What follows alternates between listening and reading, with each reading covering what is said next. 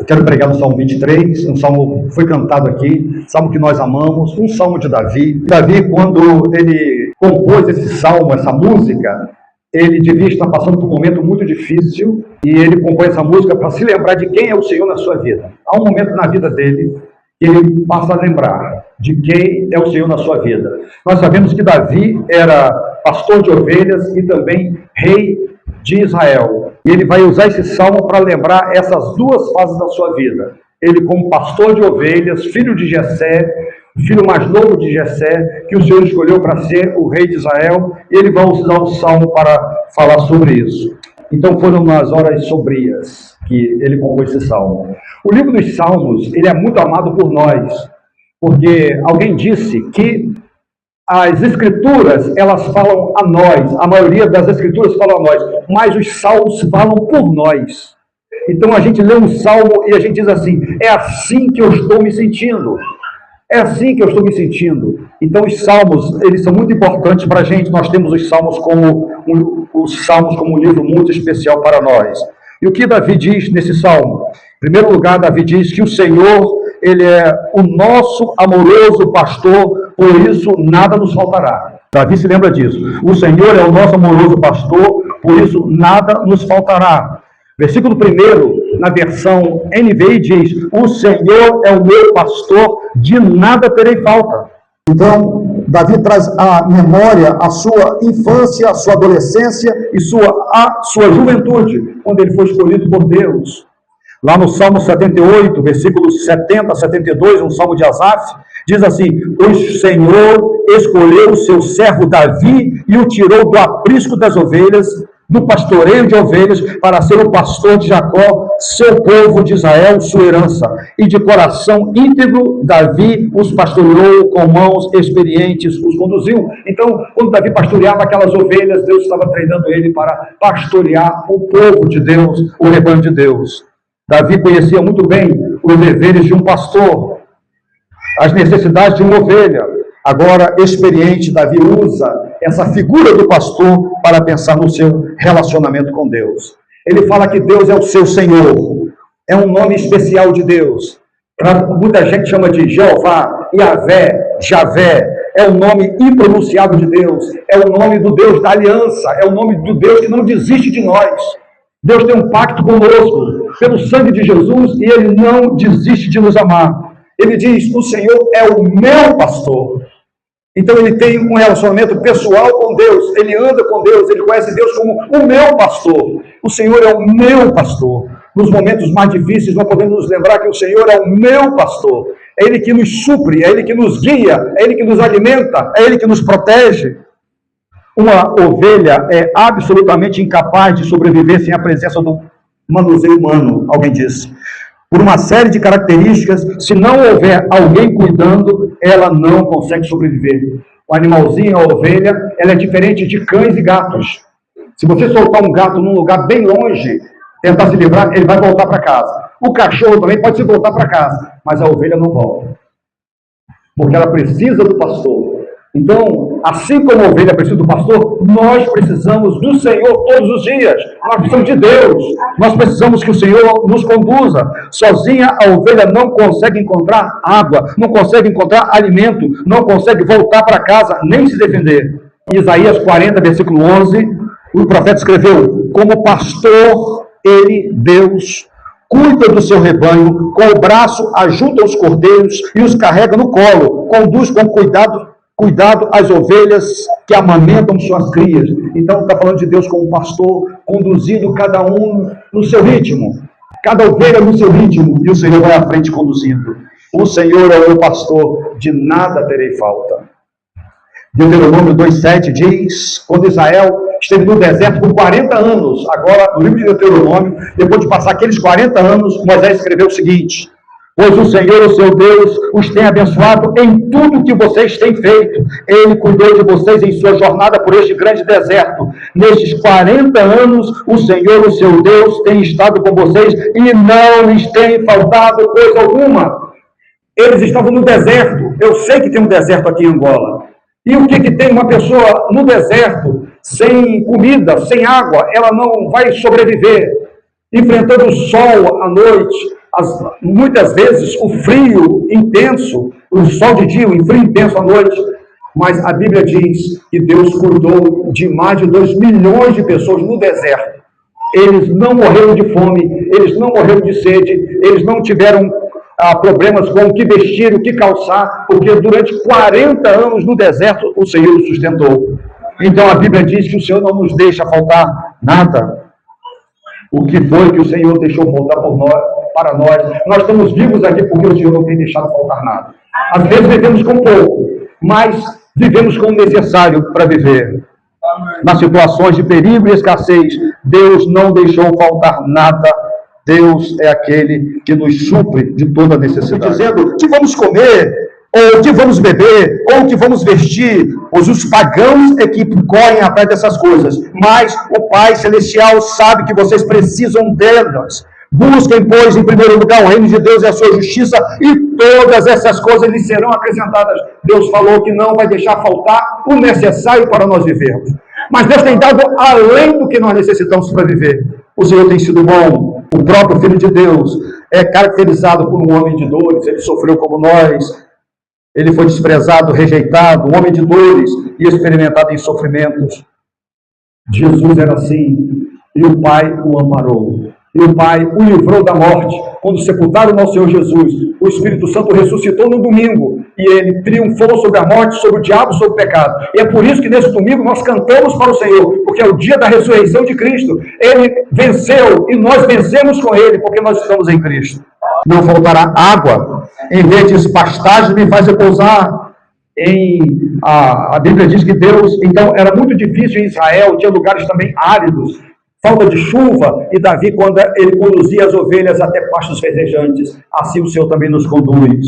Ele nos conduz a águas tranquilas, porque a ovelha só bebe água quando a água está tranquila, e tinha muitas correntezas em Israel, por causa das montanhas de Israel, correntezas violentas, e o pastor carinhosamente conduzia a ovelha até as águas tranquilas. Não faltará o vigor, restauração, versículo 3, restaura o meu vigor. Em outras palavras, refrigera a minha alma, restaura a minha vida, restaura as minhas forças. É o Senhor que nos dá vigor. Tem horas que nós achamos assim que não vai dar mais. Tem horas que nós achamos que chegou o fim. Tem horas que nós estamos muito fracos. Tem horas que enfrentamos situações tão difíceis. Mas o Senhor restaura o nosso vigor. As pessoas dizem para a gente, eu não sei como você aguentou aquela situação. A resposta está aqui. O Senhor restaura o nosso vigor. O Senhor revigora a nossa alma. Não faltará orientação segura, porque ele diz, guia-me pelas veredas da justiça. Guia-me pelas veredas, guia-me pelo caminho certo. Então, o Senhor, ele nos conduziu para o caminho certo. Quando a gente sai um pouquinho, o Senhor nos traz de volta. Às vezes, por sofrimentos, algumas circunstâncias, o Senhor nos guia pela vereda da justiça. Então, nós nunca devemos achar que foi pelos nossos méritos, que nós somos fiéis, que nós somos leais, que nós estamos na igreja, que temos uma boa família. Não são nossos méritos, irmãos. É obra do bom pastor que nos conduz para o caminho certo. É obra do Senhor que nos conduz para o caminho certo. Isso tudo por amor do seu nome. O Deus, nosso Deus, ele zela pelo seu glorioso nome. Ele nos guia no caminho certo, baseado na aliança que ele tem conosco. Ele não nos deixará. Nós falhamos, mas Deus não falha. Deus não desiste de nos amar, nunca. Então, ele nos guia no caminho certo, por amor do seu nome. Nós deveríamos orar como Davi, no Salmo 25. Mostra-me, Senhor, os teus caminhos. Ensina-me as tuas veredas. Guia-me em tua vereda. Ensina-me, pois tu és Deus, meu Salvador, e a minha esperança está em ti o tempo todo. Quem é o homem que teme o Senhor? Versículo 12 do Salmo 25. Ele o instruirá no caminho que deve seguir. Também não faltará proteção, versículo 4. Mesmo quando andar por um vale de trevas e morte, não terei perigo algum, pois tu estás comigo. Irmãos, esse mundo é um mundo de sofrimento. Nós não devemos estranhar o sofrimento. O Senhor Jesus sofreu. Esse mundo é um mundo caído. Lá no Jardim do Éden estava tudo muito bem, mas nós pecamos lá no Éden. Fomos expulsos do jardim. Lá tínhamos comunhão com Deus, comunhão uns com os outros. Eva e seu esposo, eles tinham harmonia, mas pecaram e foram expulsos. Depois, do outro lado do jardim, muito sofrimento. Um irmão matou o outro. Na mesma família, os pais estão chorando porque tem um filho assassino e o outro foi morto. Assim é esse mundo, irmãos. É um mundo de dor, é um mundo de tristeza. É um mundo de dor, é um mundo de tristeza. Mas o Senhor, Ele nos conduz. Por isso nós podemos dizer, não temerei mal algum, porque Tu estás comigo. E Isaías 50, versículo 2, será que o meu braço era curto demais para resgatá-los? Será que me falta força para redimi-los? Com uma simples repreensão eu seco o mar e transformo rios em desertos, disse o Senhor. Então Davi ele não tem receio. Ele não tem receio. Ele diz, a tua vara e o teu cajado me consolam. A vara era um bastão pesado usado para defender o rebanho contra os animais selvagens. E o cajado era para resgatar a ovelha quando ela caía no buraco. Então, as ovelhas, elas são indefesas. A maioria dos animais tem recursos para se defender, garras afiadas, dentes que cortam como navalhas, velocidade, habilidade para se esconder, faro, visão e audição aguçados, força, ferocidade e inteligência. Mas as ovelhas, elas são fracas, ingênuas, elas têm pernas fracas, cascos pequenos, são lentas, não rosnam. A ovelha precisa de um protetor forte, capaz e inteligente. E nós temos esse protetor. Somos ovelhas, irmãos, mas o nosso protetor é o nosso Deus. Ele é forte. Tem uma frase que eu gosto. Nós somos fracos. O diabo é forte, mas Deus é o mais forte. Deus é o mais forte. Feliz é a pessoa que tem Deus e tem Deus no seu coração. E agora tem uma mudança aqui na metáfora. Todo mundo sabe? Anfitrião. Anfitrião é a pessoa que recebe a gente. Muito bem, é o que vocês estão fazendo comigo. Vocês estão me recebendo bem. Vocês cantaram, vocês aplaudiram, e vocês me abraçaram, e me cumprimentaram, e me serviram do que eu podia, me deram água, me serviram com guardanapo, com amor, com todo amor. Isso é um anfitrião, aquele que recebe bem. Então a metáfora muda. O Senhor é o nosso grande anfitrião. Preparas um banquete perante mim à vista dos meus inimigos. Então você tem inimigos e eles estão contra você. Na verdade, os seus inimigos estão contra Deus. Porque você é de Deus, você está em Cristo, você está ligado a Cristo. Então eles estão contra você e eles fazem o mal. Mas vai ter um dia, e Davi tinha muitos inimigos, que os inimigos verão você no banquete e eles vão ficar assim do lado de fora e não poderão entrar. É essa a figura. Preparas uma mesa perante mim na presença dos meus inimigos. Você está com comida, você está bem suprido, os seus inimigos que fizeram tanto mal com você, eles estão do lado de fora e não podem entrar, porque o Senhor preparou esse banquete para você. Unges a minha cabeça com óleo. Naquele tempo, se eu chegar, se fosse naquele tempo que vivêssemos, e vocês quisessem demonstrar assim, que eu era bem-vindo, vocês colocariam um óleo perfumado na minha cabeça. Naquele tempo. Por isso que é unges a minha cabeça com óleo. Então vocês colocariam um óleo na cabeça dizendo, você é muito bem-vindo. E o meu cálice transborda. É aquela pessoa que, quando você vai na casa dele, e ele não pode ver o seu copo vazio, que ele vai lá e coloca mais coisas. Então, o suco, você tomou o suco todinho. Aí ele vai lá e coloca de novo. O que ele quer, você... Aí às vezes seu prato já está ficando vazio, ele vai lá e coloca mais comida. Então tem gente assim, que agrada tanto a gente, e não para vazio o nosso prato, o nosso copo. É essa a ideia que tem aqui, porque o Senhor, então, ele faz transportar o nosso cálice. E por fim, o Senhor garante o futuro do homem de Deus com bondade e misericórdia.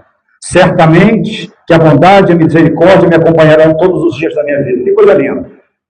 Presta atenção no que eu vou dizer aqui agora. Bondade e misericórdia são diferentes.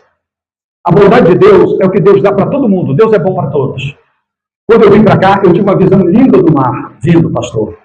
Esse mar aqui, Deus dá para todo mundo. Todo mundo. Se tem uma praia, qualquer um crente, um não crente, um ímpio, aquele que é rebelde, que ofende a Deus, é a bondade de Deus para todo mundo. O sol que Deus está brilhando nesse momento, está brilhando para todo mundo. Essa é a bondade de Deus. Deus é bom para todos, irmãos. Se chover, a chuva cai e vai abençoar a horta de todos.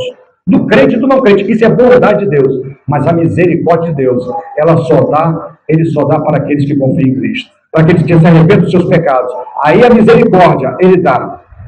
A misericórdia de Deus. Então é bem diferente. A misericórdia de Deus é o que Davi está falando aqui. É ter Deus como seu pastor, como seu protetor, Deus como seu mantenedor, Deus como seu amigo. Isso faz parte da misericórdia de Deus que recebemos por meio de Cristo Jesus. E o texto está dizendo que bondade e misericórdia nos acompanharão todos os dias da nossa vida. A palavra do original hebraico diz, esse verbo acompanhar, significa que a gente não consegue se livrar da bondade e da misericórdia de Deus. Você não consegue. Se você vai começar a correr do lado de fora, a sua sombra vai te acompanhar. Para onde você for, a sua sombra vai te acompanhar. Então, é essa palavra que está aqui. Você não vai conseguir se livrar da sua sombra. Você não consegue se livrar nem da bondade e nem da misericórdia de Deus. Uma pessoa não crente, ele tem a bondade de Deus, mas não tem misericórdia.